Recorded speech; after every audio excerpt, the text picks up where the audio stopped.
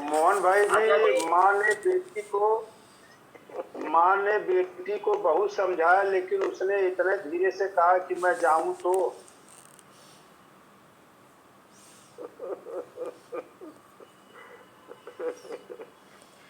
वो वो समझ सारी बेकार हो गई, समझाना बेकार हो गया जब जाना ही नहीं है।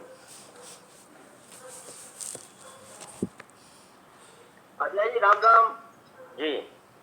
आचार्य जी, सबका जो है ना गोस्वामी तुलसीदास ने बहुत अच्छी तरह से कहा है, ईश्वर अंश जीव अविनाशी, चेतन अमल सहज सुख राशि, सो माया भयो गुसाई, बंध्यो कीट मरकती नाई, जड़ चेतन है। जो हम रिसर्च कर रहे हैं 3 दिन से, जड़ चेतन ग्रंथ बढ़ गई, जदप मिठा छूटत कठिनाई।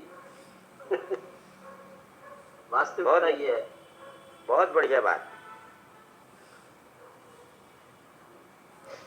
स्वामी जी कहते हैं जब गलत मान्यता भी इतनी जल्दी से छूटती नहीं, बड़ी मुश्किल से छूटती है, तो सही मान्यता कैसे छूट जाएगी?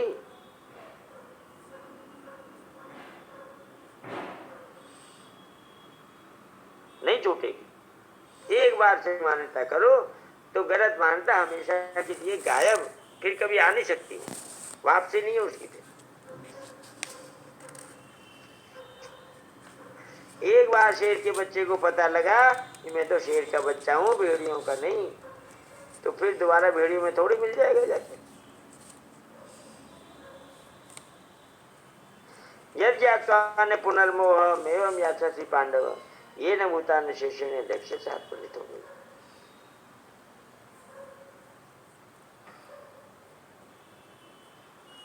स्वरूप में, स्वयं में कोई क्रिया नहीं है। क्रिया वही होती है जहां कुछ खाली जगह हो। भाई जी, क्रिया को स्पेस चाहिए ना, क्रिया को अवकाश चाहिए। तो स्वरूप में सर्वथा ठोस स्वरूप में, अभी जो भाई जी ने उदाहरण दिया, ईश्वर अंश जीव विनाशी, चेतन अमल सहज सुख राशि, तो वो ठोस है। ऊपर 3 लाइनें रह गई है, पढ़िए वहां से। वास्तव में अच्छा, करता हम की मन्नते के बाद में वास्तव में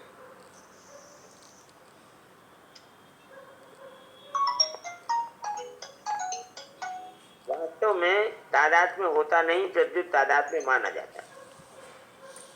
तात्पर्य है कि स्वयं कर्ता बनता नहीं, केवल अविवेक पूर्वक अपने में कर्तापन की मान्यता कर लेता है।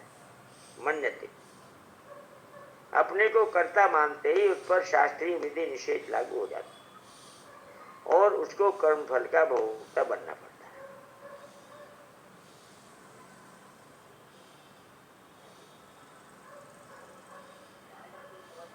स्वरूप में, स्वयं में कोई क्रिया नहीं है। क्रिया वही होती है जहां कुछ खाली जगह हो।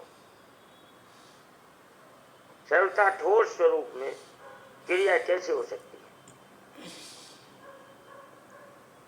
परंतु अपने को कर्ता मान लेने से वह प्रकृति की जिस क्रिया के साथ संबंध जोड़ता है, वह क्रिया उसके लिए फलजनक कर्म बन जाती है। प्रश्न संख्या 224। जिस क्रिया को अपनी मान लेता है भाई जी, वही उसके लिए फलजनक कर्म बन जाता है, जिसका फल उसको भोगना पड़ता है, भोगना ही पड़ता है, बचने का कोई उपाय नहीं। आचार्य जी प्रणाम। हाँ जी।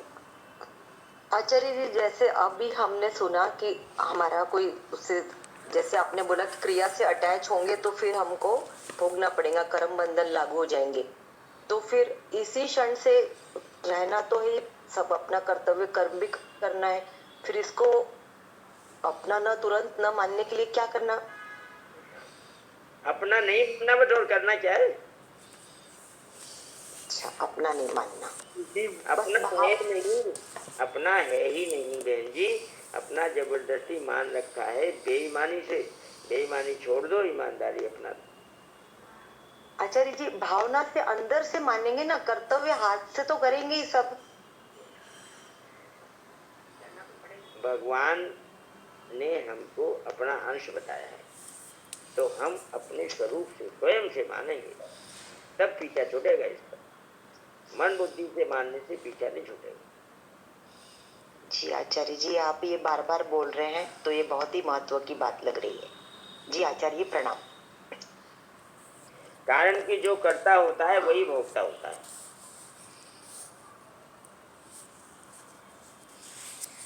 स्वरूप का कारक मात्र